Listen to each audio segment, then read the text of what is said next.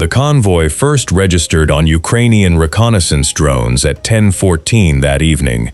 29 vehicles moving in staggered formation along the land bridge corridor connecting occupied Donetsk through Zaporizhia and into Kherson Oblast, the exact route Russian logistics planners had come to depend on entirely once the Kerch Bridge stopped functioning as a reliable heavy cargo crossing. By morning, that dependence would cost them nearly 1,000 tons of fuel and everything moving alongside it. Before we get into tonight's operation, if you haven't subscribed yet, now's the time. This channel breaks down exactly how these strikes unfold, minute by minute, and there's another one queued up for later this week. Here is the arithmetic worth understanding before anything else. When the Kerch Bridge took enough structural damage to end its usefulness for heavy military cargo, Russia lost its most direct route into Crimea. What replaced it wasn't a single road. It was an entire overland corridor, stretching through 3 occupied oblasts, connecting Russian territory near Rostov-on-Don down through a chain of captured cities before finally reaching the peninsula itself. Russian and Ukrainian sources alike started calling it the land bridge because that's functionally what it had become, the only way to move heavy equipment, fuel, and ammunition into Crimea without relying on a damaged crossing that Ukraine could reach again whenever it chose to.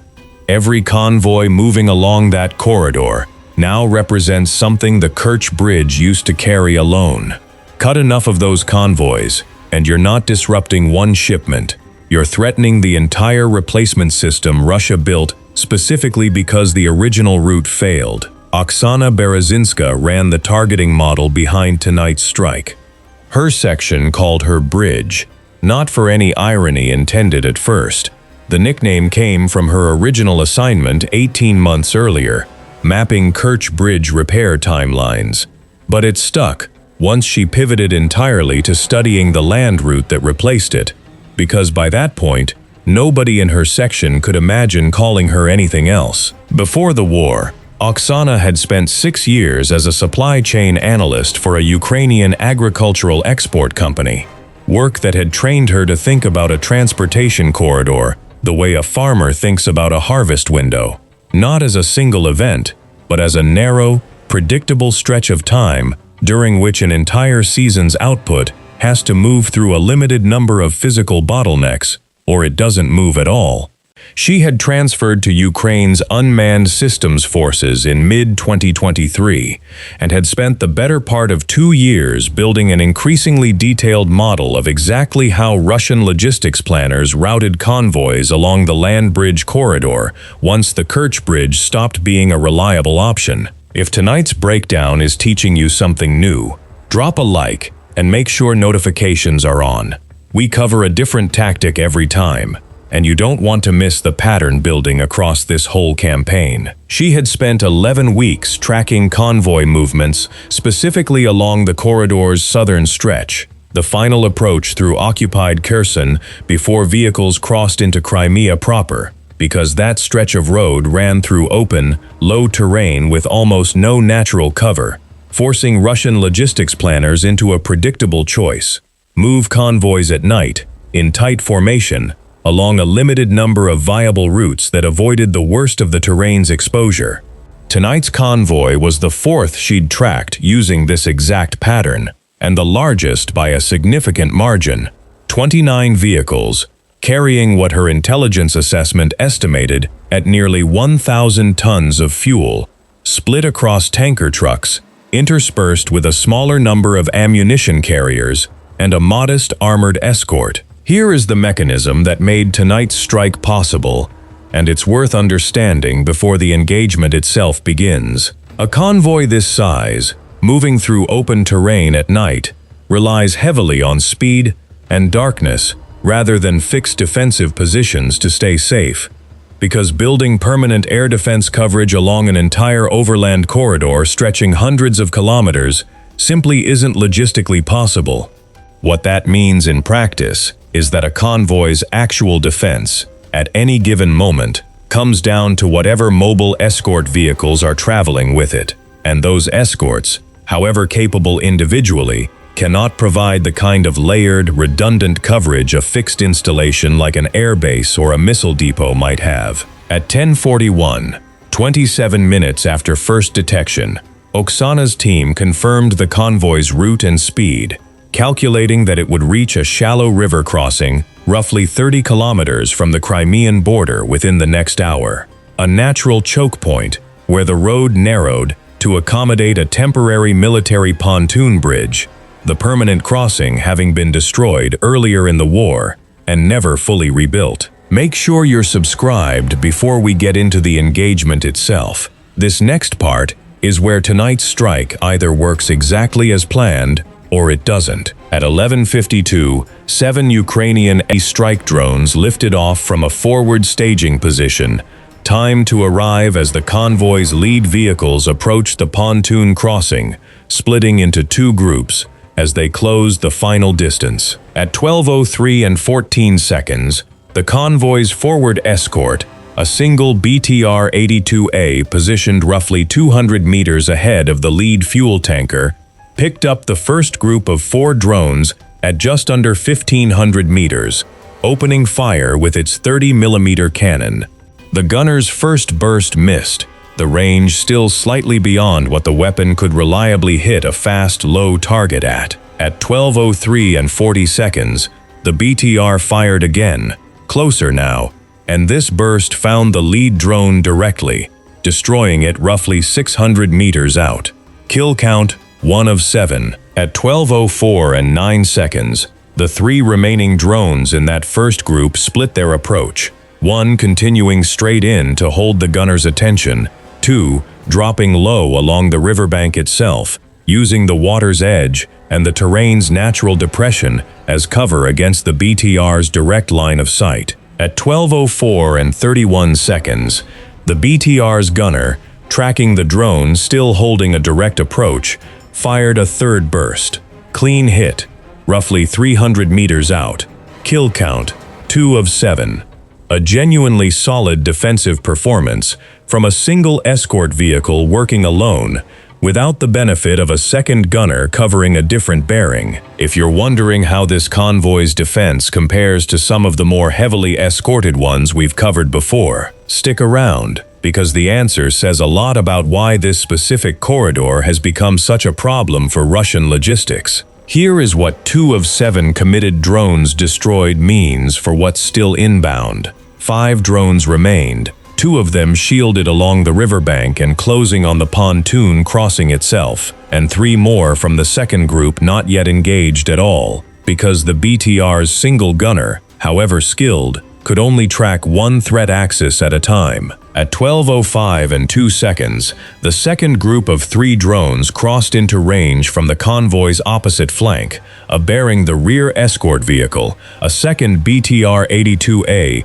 trailing roughly 300 meters behind the convoy's last vehicle, was theoretically positioned to cover, but the distance between the rear escort and the actual point of engagement meant its own gunner had, at best, only a partial firing solution against contacts this far ahead of his own position. At 12:05 and 38 seconds, the rear BTR's gunner opened fire anyway, at extreme range, more to disrupt the approach than with any real expectation of a clean kill. The rounds missed, falling short by nearly 200 meters. At 12:06 and 11 seconds, with no further engagement from either escort vehicle, the forward BTR, still tracking nothing new, its attention having settled after its second confirmed kill, the rear BTR's shots having done nothing but announce its own limited effective range, the 2 riverbank drones cleared the water's edge and rose sharply, closing on the lead fuel tanker as it began entering the pontoon bridge's narrow crossing. Here's the moment that decided everything about how tonight's raid actually played out. And it's exactly why we build these breakdowns second by second, instead of just telling you the outcome. Subscribe if you want to keep seeing it broken down this way. At 12:06 and 33 seconds, the first riverbank drone struck the lead tanker's fuel cell directly. The explosion instant and total, the vehicle's cargo igniting in a fireball that immediately blocked the pontoon crossing's single usable lane. Flames climbed high enough to be visible from vehicles still queued more than 400 meters back along the approach road. At 12:06 and 51 seconds, the second riverbank drone, still closing, banked toward the second vehicle, now stopped behind the burning tanker, another fuel carrier, fully loaded, with nowhere to maneuver, on a pontoon, crossing barely wide enough for a single vehicle at a time. At 12:07 and 19 seconds, this drone struck the second tanker's cab section, the impact rupturing a fuel line rather than the main cargo tank directly. A partial hit that still ignited a secondary fire, though one that spread more slowly than the catastrophic detonation of the lead vehicle. Here is why a pontoon crossing makes this kind of strike so much more consequential than it would be on open road. A permanent bridge, however damaged, usually retains some structural integrity that survives a fire. A pontoon bridge is built from floating sections, connected by cabling and buoyant platforms, materials that were never designed to survive sustained fire exposure at all. Within the following 4 minutes, the pontoon sections nearest the burning tankers began losing buoyancy as the fire compromised their structural cabling, the crossing itself beginning to list and separate, even as the convoy's remaining vehicles sat trapped behind the blockage with no way forward, and, given the narrow approach road behind them, no realistic way to reverse and disperse either. At 12:08 and 2 seconds, with both escort vehicles now fully occupied, the forward BTR having repositioned to try to suppress whatever remained of the threat near the burning crossing, the rear BTR, still too far back to meaningfully engage anything. The remaining 3 drones from the second group closed the final distance to the queued convoy from the flank. Neither escort vehicle had any remaining capacity to cover. At 12:08 and 24 seconds, the first of these 3 struck an ammunition carrier roughly 6 vehicles back from the burning crossing. The detonation immediate and severe, artillery shells beginning to cook off in a chain reaction within seconds of the initial impact. At 12:08 and 41 seconds, the second drone struck a fuel tanker 2 vehicles further back, adding its own fire to a convoy that now had flames spreading from both the front of the formation and a point roughly a third of the way down its length. At 12:09 and 3 seconds, the 7th and final drone, its warhead, the last asset committed to tonight's mission, struck a third fuel tanker near the convoy's midpoint, ensuring that whatever vehicles remained untouched by the first 6 strikes now sat trapped between 3 separate, expanding fires, with a collapsing pontoon bridge ahead and a narrow, congested approach road behind. If you've made it this far into tonight's breakdown, you already understand why this campaign has become such a problem for Russian logistics. And that's exactly the kind of detail we dig into every single video.